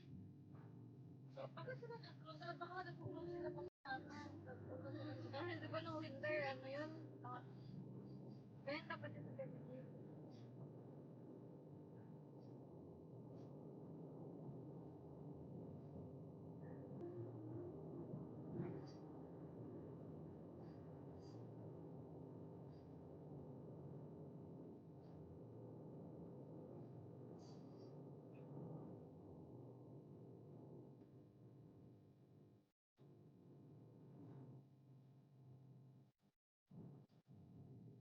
Piling araw mo na pala to, oh, Joy. Kaya ano ba natin? Oo. Tapos ando na, open na siya, oh. Soon. Ah, yung yung cafe dati. Ay, upo. Okay. Mas malaki mo naman. Ako.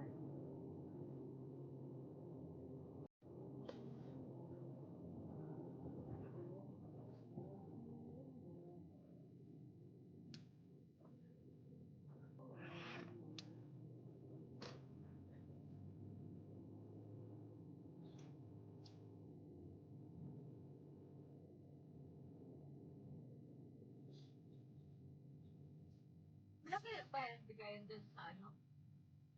Alhamadi? Alam mo lang apply yung ganito na. Same lang kung ano yung offer namin kapag ganun lang. Ang maganda naman dyan, kahit walang experience daw, basta RN, tinatanggap dyan. Pero ito yata accommodation nila, di ba? Sa may ano, Yung baba. kabas.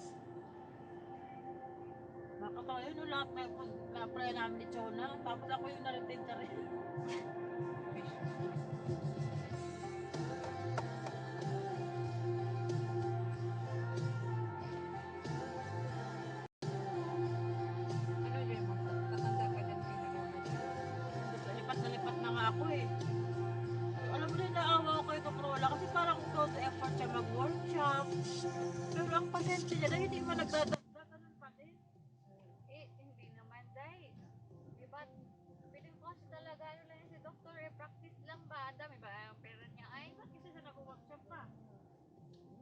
libre. Pwede ba rin? Oo. Yung ano, syempre yung mga products ba? Hindi pa kayo na, no? Patient? Sa amin, hindi siya masyado ano. Relax na nga eh. Bababang sente. Saka ano kasi, hawak kasi ng nilokmana na nilokmana daw yung ano, yung Call center. yung call center ba? Kasi imposible naman kay parang cellphone na lang dokmay ka eh. Specialty nga niya yung Corolla eh. Paano naman siya sa amin? Sa akin? Nagano naman siya. Bye, Day! Ingat! Bye! Bye, Joy! See you after 1 month. 1 month? Grabe, 1 month ako in Shell. Bye! Bye, Joy. Wala sa ako. Chat ka Bye! Kainin mo na yung pastel ha. Ano bang pastel? Yung ano, yung kabigyan. Matamis yan, di ba? May laman sa loob.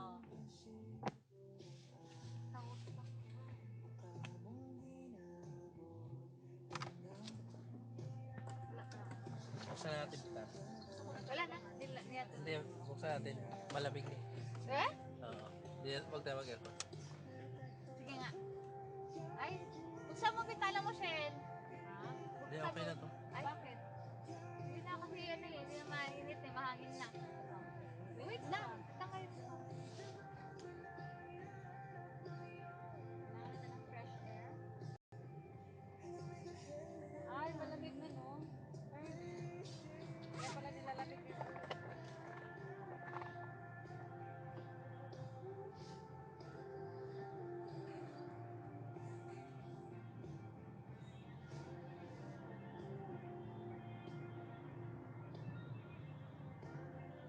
Yung taba ko na, Shell. Okay, bagay naman sa'yo. Malaking balakang ko.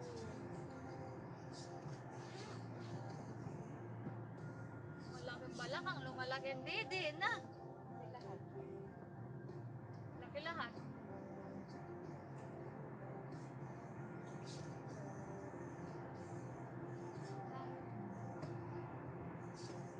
So hindi talaga ka lang kayo nagkita, Day?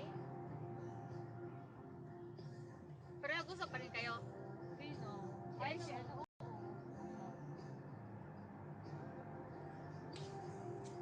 Hindi naman mag-test yung ano eh. Hanggang kailan yung patience mo. Diba? Diba, Mati? Yes. Ay.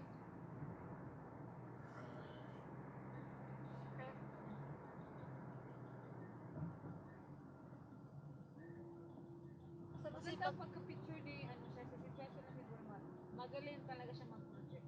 Saka ano, photogenic. Si Patrick may picture, Day. Ha? Si Patrick. Kaya nga, sabi mo nga sa akin, ang ganda nga yun.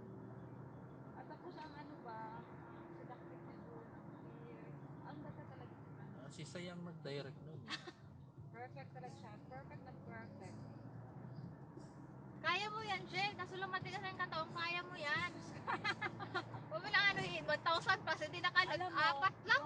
yung ano, yung ano ko, yung parang yung pang ano, pang yung mga balloons, gano'n. Hindi ako pwede sa mga fierce na look na yan. So, dahil, Pwede. Hindi pwede ano ba, mga balloons, Kaya mo yan. di ba nga sa Red Sun na gusto ko sign? Ano? Di ba sa Red Sun nga Ay, tayo naku, pagka pagka effort day. Sa Red Sun nga, di ba nag-initial ko?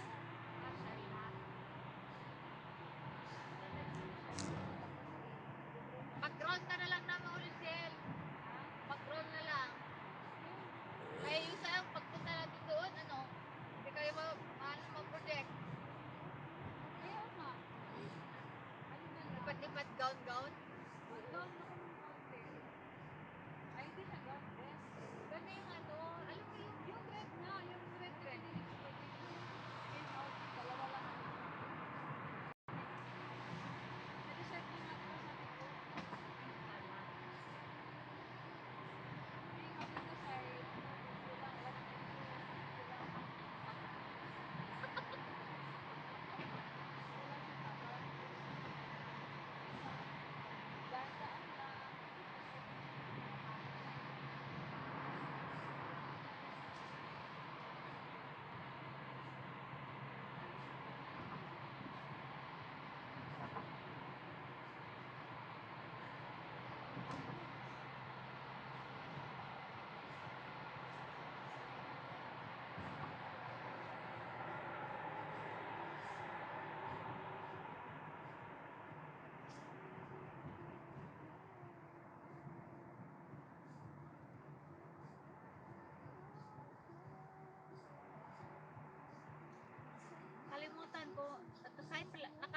tapos kinagat ko ng candy.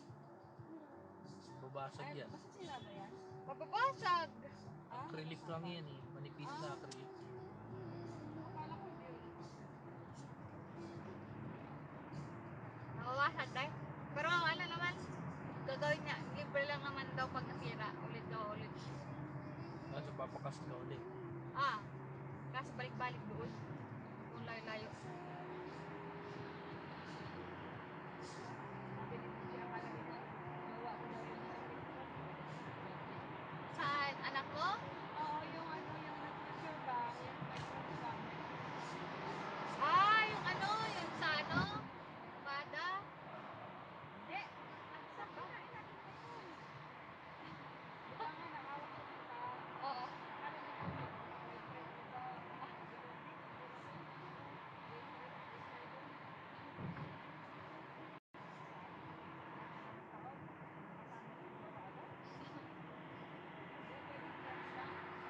Oo?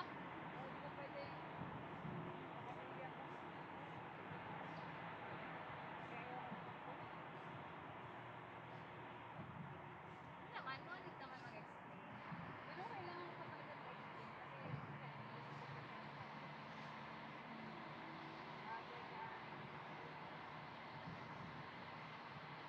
Meron din dong sa kanang dyan sa kanina natin na katulad nung binibili natin doon. Ano yun? Doon sa isda. Parehas lang Oo. yun. Kasi Ganun lang. yung dalawang isda doon na grill, yun yung kinakain natin doon. Oo. Ano lang yun, yung pang maramihan yun. Marami nga lang 150 lang yun lahat. 150 yung lahat. Kaya nga. Pero meron din yung kinikilo natin tutuusin. Di ba yung kinain ka natin last time, 80, yung dalawa lang tayo. Mahal. Mahal pa. Oo. Yun, Mura na yan. 150. Lahat na yun. Seafood, yung Oo nga. ano. Di ba? Mura na yun. Yun, Oo. yun na yun. Mura na yun.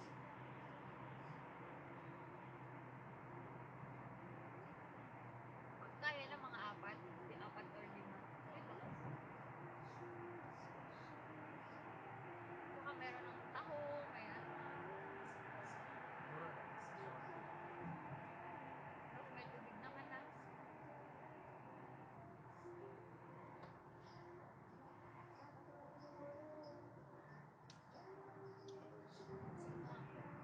Hindi masarap yung kanin. Ha? Yung kanin. Ay ano? Bigat. Egyptian rice yun. Calrose. Yung bilog-bilog. Medyo matigas pati, di ba?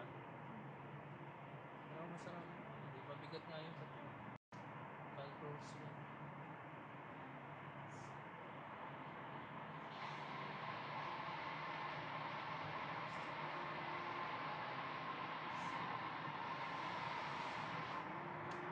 Hangin na, no? Inakit mo na pala. Hindi pa. Sa'yo? Okay. Akala ko bukas? akala ko ano, Sarado? sirado. Kasi yung ano, pinagmata ko na Nalipad? parang naman sa mga ba, eh minsan pag nag-chat ko lang, ako sa akin, naiinis ako kaya hindi ako pinap. Oh? Kasi yung Philippines ako ba na Ano na ka? ano siya yung parang Kasi ganun talaga yung pilik mo. kaya ako nilalamig mo din ako, okay kaya okay lang din.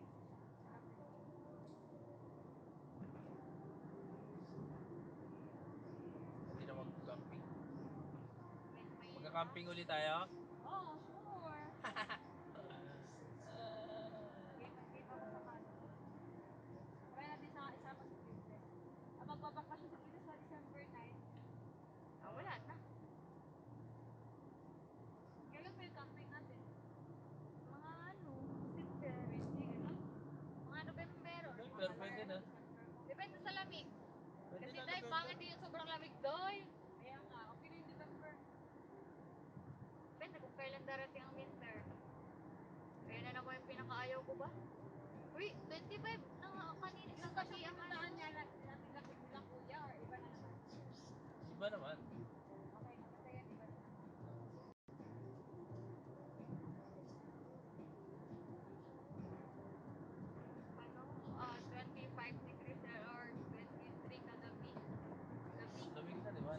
na nga next week. 15. Oo? Oo. Ano na lang sa apa. Oo, malamig na.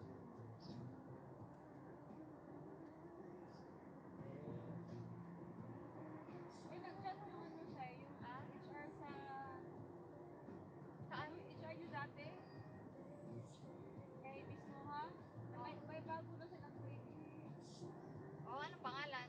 Hindi ko alam, sabi niya kung gusto na ba nag-apply sa kanila kung yan daw. Hindi ako...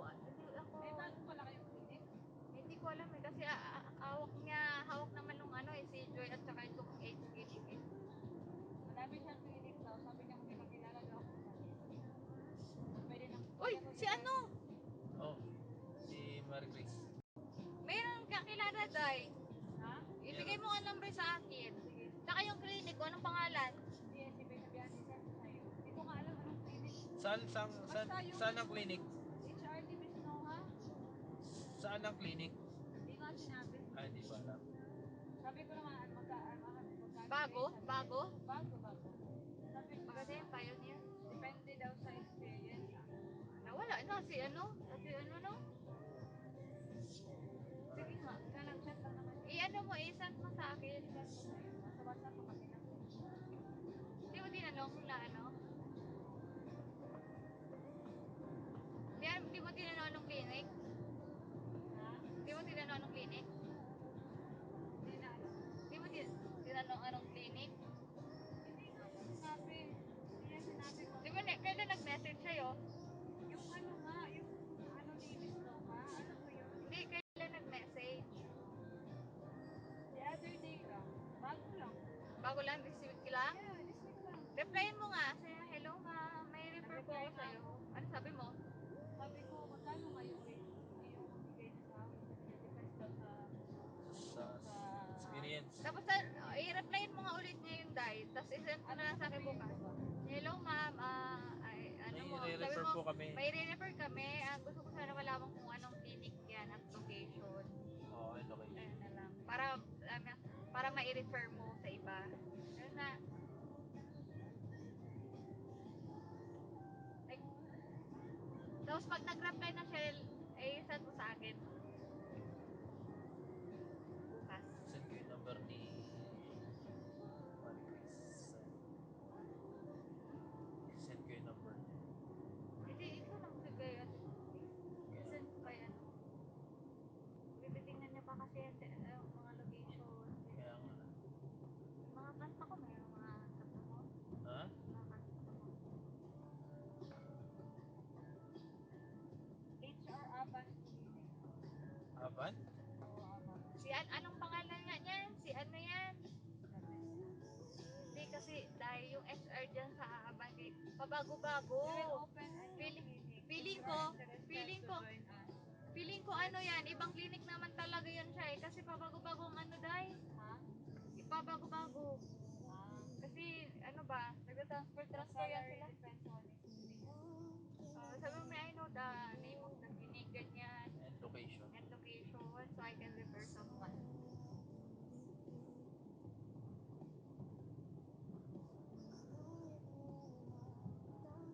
Or sabi mo lang, ano, I know someone, ganyan, interested, ganyan. Para mag-send agad.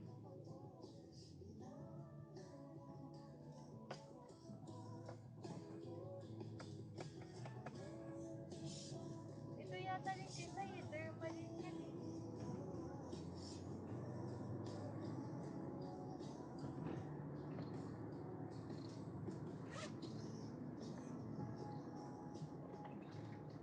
Dahil yung susi ko, yung isa nandyan sa'yo, di ba? Hindi mo pa binabalik? Tama ba? Dalday. Dalaw naman yun.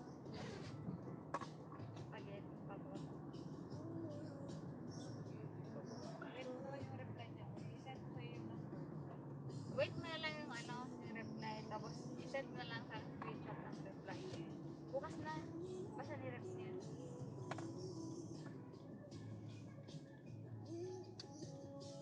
Bago-bago kasi dayang HR. Wala pa naman akong susi. Kailangan. Andito na yung susi. May extra man ako susi, pero papasok na lang sa loob. Iwan ko na lang. Ha? Iwan ko na. Ay, hindi ko na isasarado. sasama ako sa'yo. May kukunin lang sa loob. At saka yung damit mo ibibigay ko. Hindi ko lang kayo dito sa labas. Wala, open na Jel. Oh, Jel, open na to. Ay, bago to? Oh, open na yan. Kaya nga, magkuling nga tayo dyan minsan. Inshallah. Na-try nyo? Wala. Magkano naman? Hindi ko lang. 40 plus daw, sabi ni mo, Mura Jel. lang. Hindi pa niya, hindi pa Round niya yan na round. Ha? Thank you, Patty. Salamat. Kilala ba kaya ako ni mo?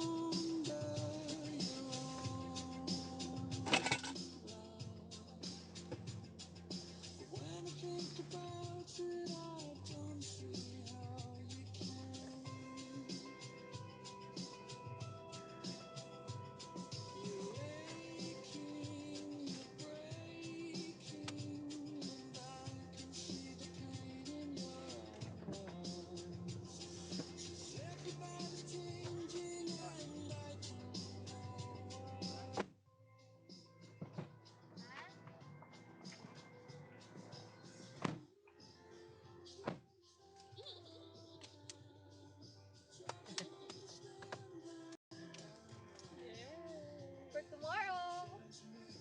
Tatay ako. Ha? Doon tayo mataya ako din. Natatay din ako eh. Pala ano na, palabas-labasin mo ba yun? Para nakaawang na. Para diretso sumulong.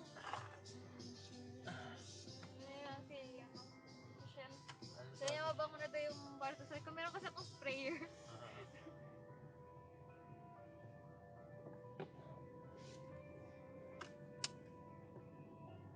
Pagod ka ka? Ano naman? Yung time lang makakatulog ng ano. Ha? Puno. No? Sarap? Sarap? Oo, masarap. Pero Sarap? ang dami. Meron yun last time kasi yung isda na pinito, iba yung isda na pinito eh. Pwede yata sa kung ano yung available. Pero ang preparation nila ganun. Dalawang isdang prito, dalawang isdang grill. Dalawang May pusit, mayroong crab, mayroong shrimp. Oh. Tapos may kanin. Yung sa last time, hindi siya ganun yung pritong isda. Yung pritong isda yung parang isdang puti, tapos 4 na piraso. Puro prito. Prito naman yun. Tapos 2 grilled. Oh, anong dati kayo walang prito, walang grilled? May grilled din. Ah, Is either isang grilled na malaki or 2 grilled. depende siguro sa kilo. Kasi 4 na isda lang yun ngayon. Kasi baka malalaki ganyan. Oh. Pag maliliit, so dadagdagan nila. Oh, pero hindi. Ano na? Sabi ko, hindi na kaya ubusin. Kaya nakapag-take out pa kami ng mga isda kasi hindi pa namin nakain yung Galaw. ibang isda. Kasi nga, medyo maliit at saka tama lang ba yung maubos. Eh yun, parang yung nakain natin kanina ay 2 lang. 2, Tatlo. 4. 4 to, tatlo lang. Pero malaki, kaya na ano ba, nakakonting take out lang. Eh yung sa amin, madami. Tapos 3 lang kami. Sino? Yan nga, dahil yan ay bilag ni Red kaya napuntahan nyo. Eh malapit lang naman that time. Pero iba pa rin yung timpla dun sa isdaan. Kung anong kanin ka, Ha? iba kasi yung kanin. Oo. Diba? Yung kanin nila basmati, ito pal rose. Kaya nga. Kaiba yung timpla ng kanin. Oo. Pero mas masarap yung grill nila kasi may nilagay silang parang marami na yung parang toppings ng isda. Masarap yung grill. nasarapan ka na sa grill. Sarap. Para iba-ibang isda din pa yung nabitikman. Tsaka ano, tapos na sa grill, may prito ba kahit pa paano, pritong shrimp, gano'n. Yung shrimp ngayon, walang balat. Oh, binalata na nila. Sabihin malaki yun ang prito. Kasi malaki na yun.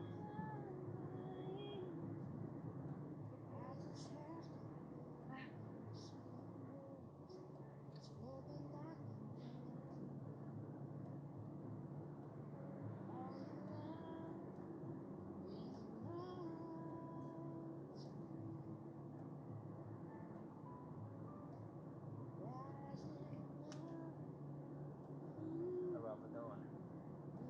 Tabang rin eh. Bakit ang taba natin? Kahit pa eh. Shell, hindi may parang ano lang. Na ano lang, konti. Pero iba kasi yung kulay niya talaga, di ba? Yung puting-puti siya Yung naman. puti niya kasi parang glowing eh. Oo. Ang itim nga niya. Hindi Umitim naman siya siya. sunog. Hindi naman siya Hindi sunog. siya sunog. Umitim siya. Sabi ko yung foundation mo hindi na nababagay para ka nang... Kaya nga, para siya pinulbuhan. Tapos ang kintab pa. Lagi siyang ganun eh, yung makintab, no? Buti nga yan parang sinampal yung blush on nun eh. Nahayaan ko na lang. Siguro na-realize na kasi palagi siya sinasabi na trabaho siya sa Salon. sa salon. Natuto na siya. Ganun kaya yung pulang-pula yung Sabi nga ni Kuya si Shell, no? Parang hindi nurse, no? Parang sa salon nagtatrabaho. Tawa ako. Kasi yung yung color yung buhok. May mga bagay naman ang color ng buhok. Pero yung pananamit ba, skinny jeans, tapos Tapos yung katulad kanina, yung hindi bumabagi. Buti Tapos, nga yan, ang daming burloloy. buti nga yan, nung pinalitan niya na yung pantalon niya, nagpalitan din siya ng damit. Nung once na yung damit ko yung binihis niya, tapos may mga nag-comment pa. Nagpalitan din siya ng ganun daw. Kasi wala siya that time damit eh. Tapos lalakad kami, ayaw ko nang pauwiin.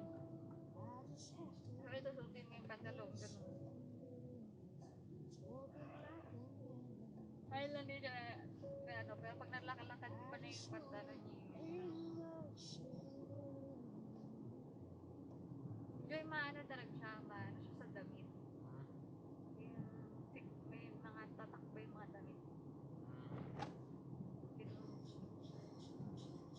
Pero okay naman kasi, quality ba din yung mga. Makikita mo rin kasi yan sa pananamit yung quality. At saka yung damit na galing din talaga sa CE na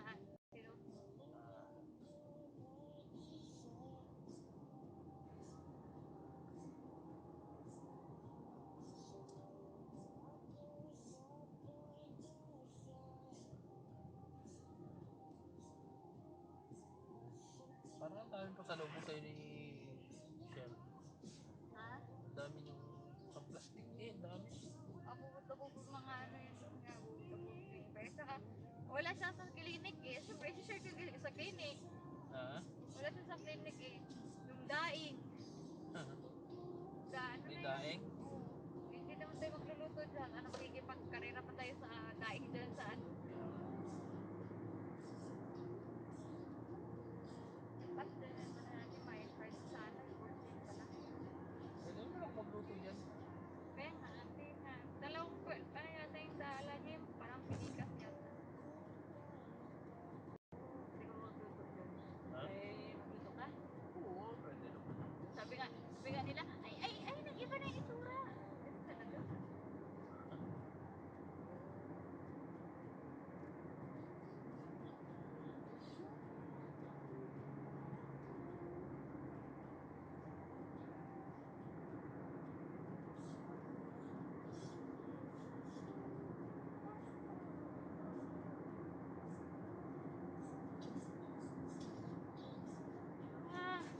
Ano talaga? Hindi.